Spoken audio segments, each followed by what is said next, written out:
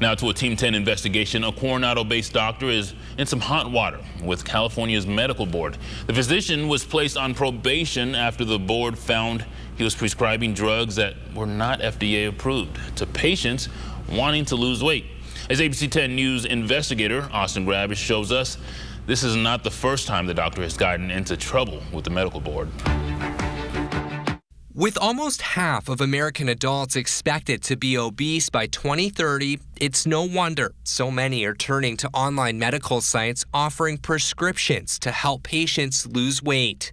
And the Medical Board of California is watching. The state agency recently put Coronado-based Dr. Ruzba Badi on probation for prescribing the hormone HCG to patients. HCG is produced by the placenta during pregnancy and is not FDA approved for weight loss. Doctors do get a lot of freedom to prescribe drugs, even ones against what the FDA says.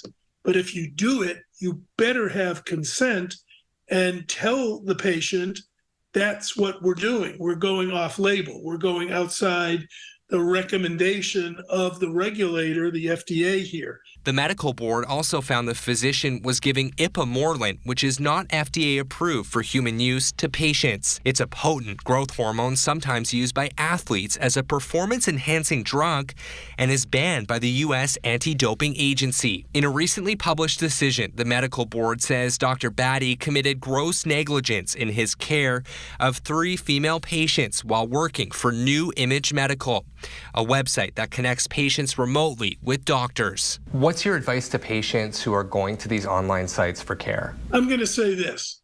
It's convenient and quick to go online, but the online sites treat your symptoms. I'm anxious. Here's a pill. I'm having sexual problems. Here's a pill.